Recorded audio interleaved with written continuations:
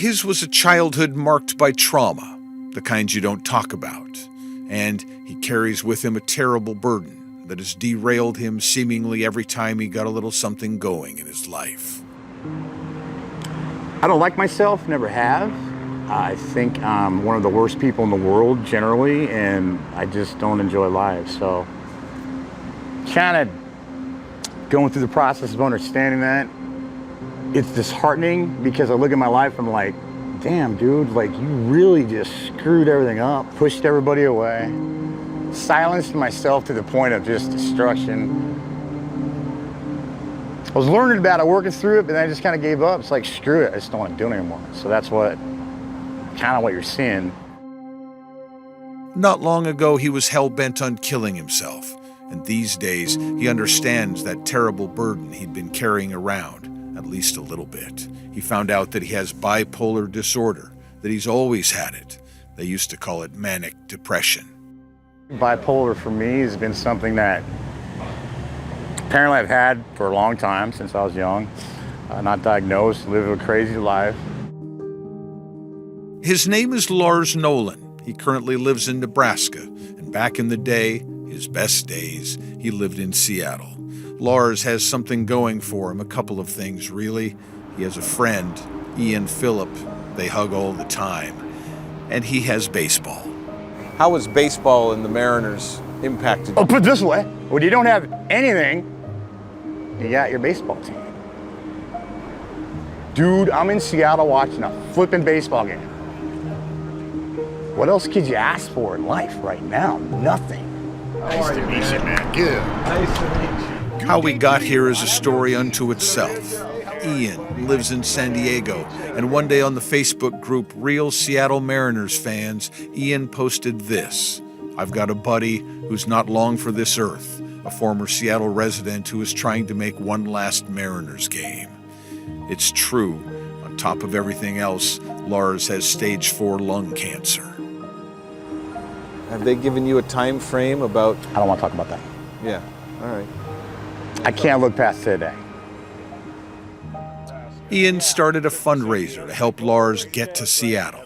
I pressed the button, I guess, but a lot of other people stepped in. Mariner fans threw in their support. Somebody posted, Lars Nolan for Fan of the Year. Someone else said, so happy for your exciting journey, what a blessing. And so, buoyed and inspired, Lars got on a bus and started meeting people.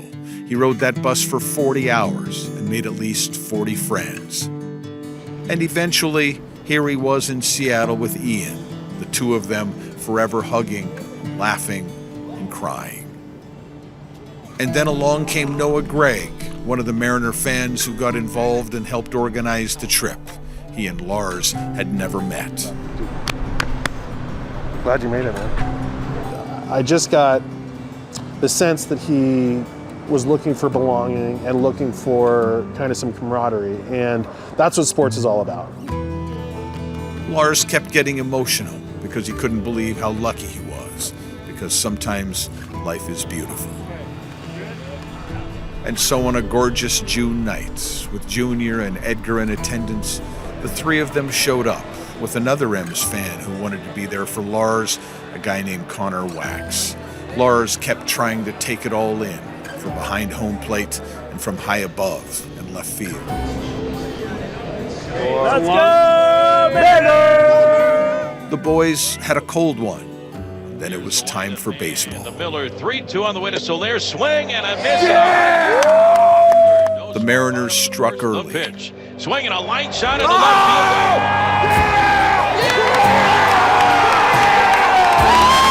field. But he hasn't had a reason to celebrate life in general, but more importantly, the great guy that he is, that I knew already for so long, he's trapped. I'm not a doctor, man, but I know when somebody's spirit is boosted, and he's not the same person he was when he left Nebraska. By the second inning, Lars was hopping around, howling at the moon. I think this process, getting other people's perspectives of one little situation of a dude on a journey to watch a flipping baseball game. It's a game. I'm like, y'all are crazy. But these people just gathered around me and showed me something I just lost. They did the wave.